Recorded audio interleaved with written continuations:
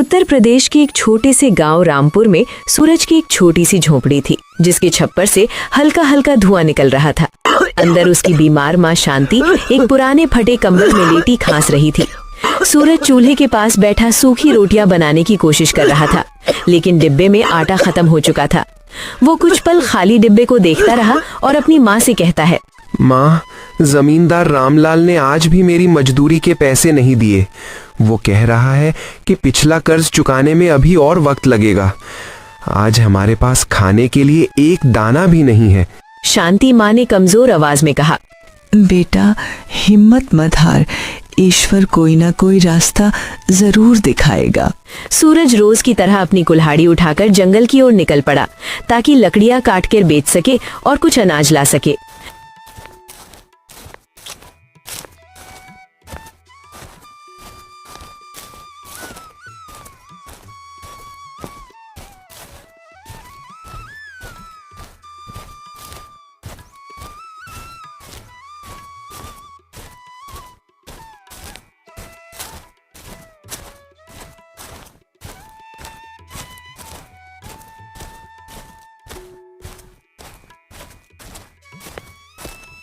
वो जंगल के उस हिस्से में पहुंच गया जहां लोग कम ही जाते थे।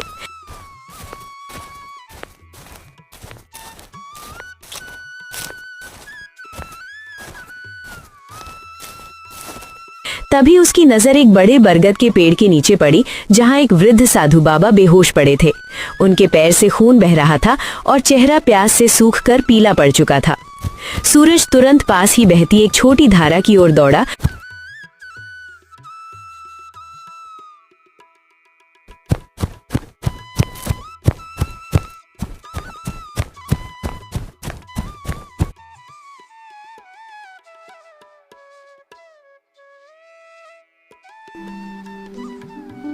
उसने एक बर्तन में पानी भरा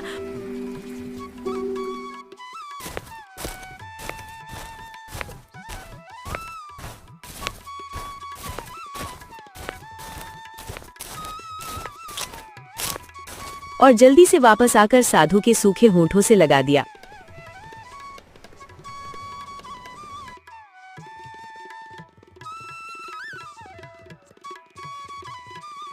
फिर उसने अपनी कमीज का एक हिस्सा फाड़कर साधु बाबा के घाव पर पट्टी बांध दी।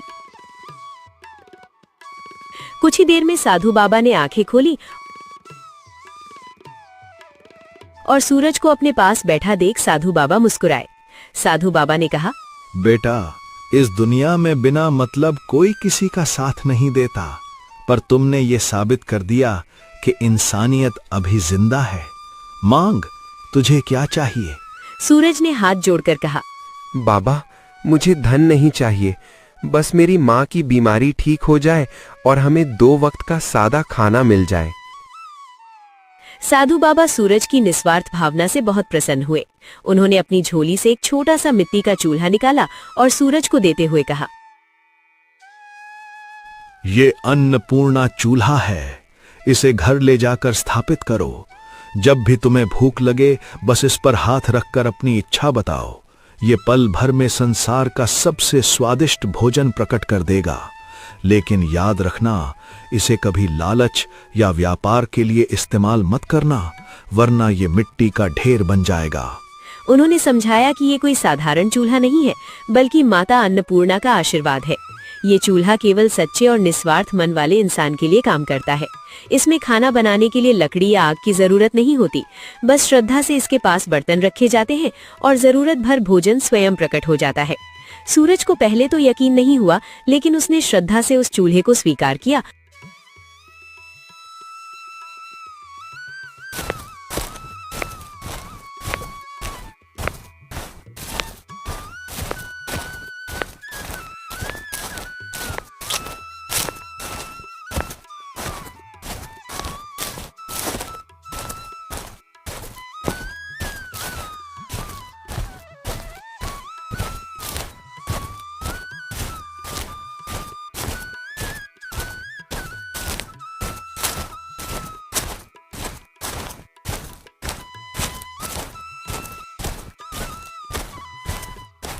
दौड़ता हुआ अपनी झोपड़ी में पहुंचा।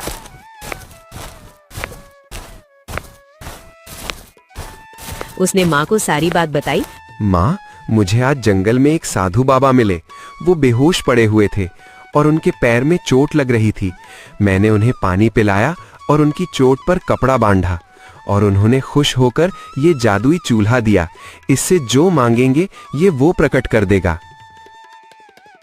क्या कह रहा है तू सूरज? जादुई चूल्हा? बेटा, कहीं तू थकान में कुछ उल्टा सीधा तो नहीं सोच रहा? माँ, ये सच में एक जादुई चूल्हा है। मैं अभी आपको दिखाता हूँ। माँ को यकीन नहीं हो रहा था। सूरज ने चूल्हे को जमीन पर रखा और श्रद्धा से हाथ जोड़कर कहा, हे जादुई चूल्हे, मेरी माँ बहुत बीमार और भूखी है। कृपया हमारे लिए ताज़ा दलिया और गर्म रोटियां बना दीजिए। देखते ही देखते चूल्हे से एक दिव्य नीली रोशनी निकली और झोंपड़ी सुगंध से भर गई।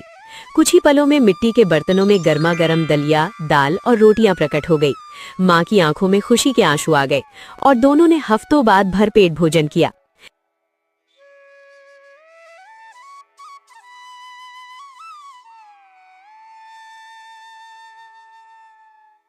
इसके बाद सूरज रोज जरूरत भर खाना बनाकर सेवा करने लगा और धीरे धीरे गांव के भूखे लोगों को भी भोजन देने लगा।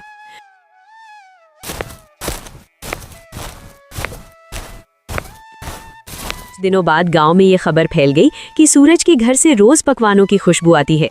लोग हैरान थे कि जिस लड़के के पास कल तक खाने को कुछ नहीं था, वो आज दूसरों को खाना खिला रहा है।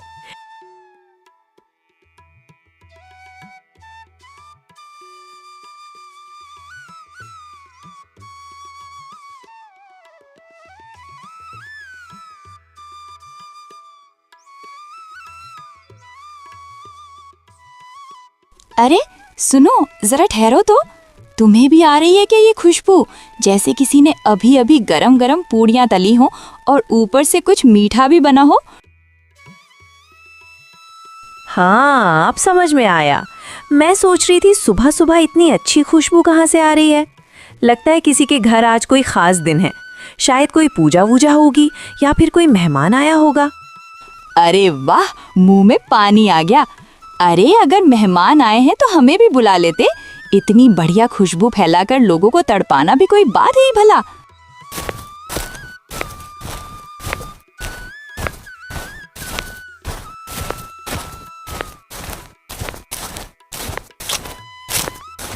तुम दोनों आज की बात कर रही हो, लेकिन ये खुशबू तो मैं पिछले 2-3 दिनों से महसूस कर रहा हूँ।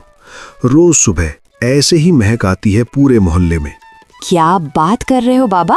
रोज? हमने तो आज पहली बार ध्यान दिया। किसके घर से आ रही है ये खुशबू?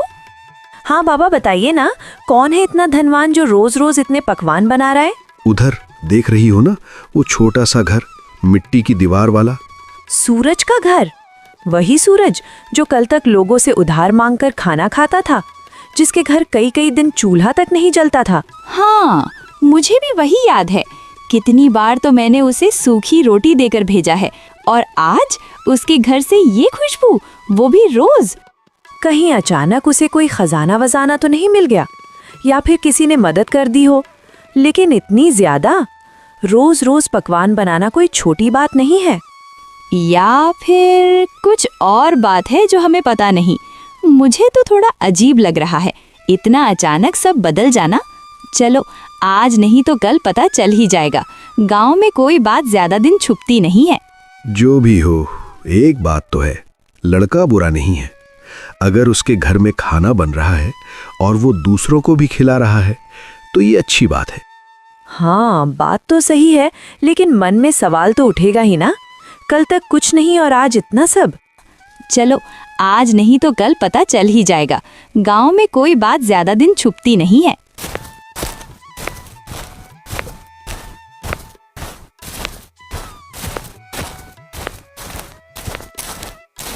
एक दिन जमींदार रामलाल का नौकर मंगल चुपके से सूरज की झोपड़ी के पास पहुंचा और उसने खिड़की से अंदर झांककर सब कुछ देख लिया।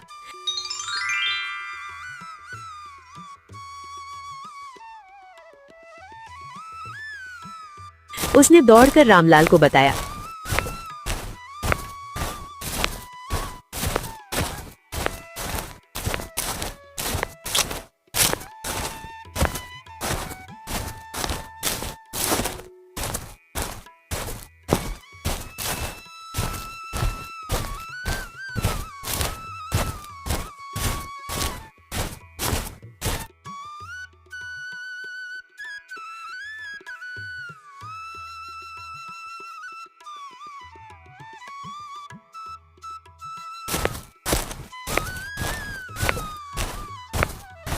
मालिक, गजब हो गया। सूरज के पास एक जादुई चूल्हा है। वो बस बोलता है और खाना अपने आप आ जाता है। ये सुनकर रामलाल के मन में लालच जाग उठा। अगर वो चूल्हा मेरे पास हो तो मैं शहर का सबसे बड़ा होटल खोलूंगा और बिना किसी खर्चे के करोड़ों कमाऊंगा। वह रामलाल अपने लठैतों के साथ सूरज की झोपड़ी पर पहुंचा। उसने चिल्लाकर कहा, सूरज, सुना है तेरे पास कोई कीमती चीज है। तूने मेरा पिछला बहुत सारा कर्ज नहीं चुकाया है। या तो आज के आज पैसे दे या फिर वो जादुई चूल्हा मेरे हवाले कर दे। सूरज ने निडर होकर जवाब दिया। मालिक, ये चूल्हा मुझे आशीर्वाद में मिला है, ये बिकने वाली चीज नहीं है। रामलाल ने गुस्से में कहा, ठीक है, अगर तूने खुद नहीं दिया तो मैं इसे छीनना भी जानता हूँ। कल तक का वक्त है तेरे पास।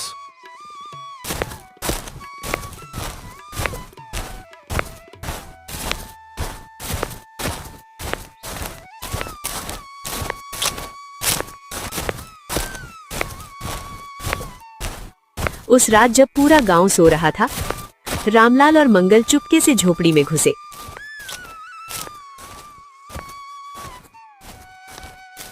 उन्होंने देखा कि सूरज और उसकी मां गहरी नींद में सो रहे हैं। रामलाल ने कोने में रखा हुआ चूल्हा उठा लिया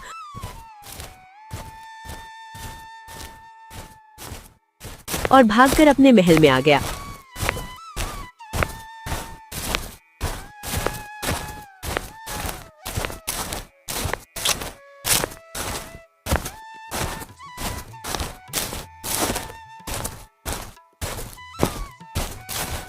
अगले दिन रामलाल ने एक भव्य दावत का आयोजन किया और शहर के कई अमीर लोगों को बुलाया। उसने गर्व से बताया, आज मैं आपको वो जायका चखाऊंगा जो स्वर्ग में मिलता है। आज से खाने पर मेरा कोई खर्चा नहीं होगा और मैं इस चूल्हे से दुनिया का सबसे अमीर आदमी बनूंगा। रामलाल ने चूल्हे को मेज के बीचों बीच रखा और घमंड से उस पर हाथ मारकर कहा, हे जादुई चूल्हे, मेरे मेहमानों के लिए शाही पुलाव, चिकन बिरयानी और केसरिया खीर बना, जल्दी कर। जैसे ही उसने ऐसा कहा, चूल्हे से सुगंध की जगह सड़ी हुई बदबू निकलने लगी और अचानक चूल्हे से खाने के बजाय हजारों जहरीले बिच्छू निकलने लगे। पूरा महल चीख पुकार से गूंज उठा। मेहमान अपनी जान बचाकर भागने लगे और जो बर्तन रखे हुए थे वो सब काली मिट्टी में बदल गए। बिच्छू रामलाल और मंगल का पीछा करने लगे। डर के मारे दोनों इधर उधर भागने लगे। तभी वहां सूरज और साधु बाबा आ जाते हैं।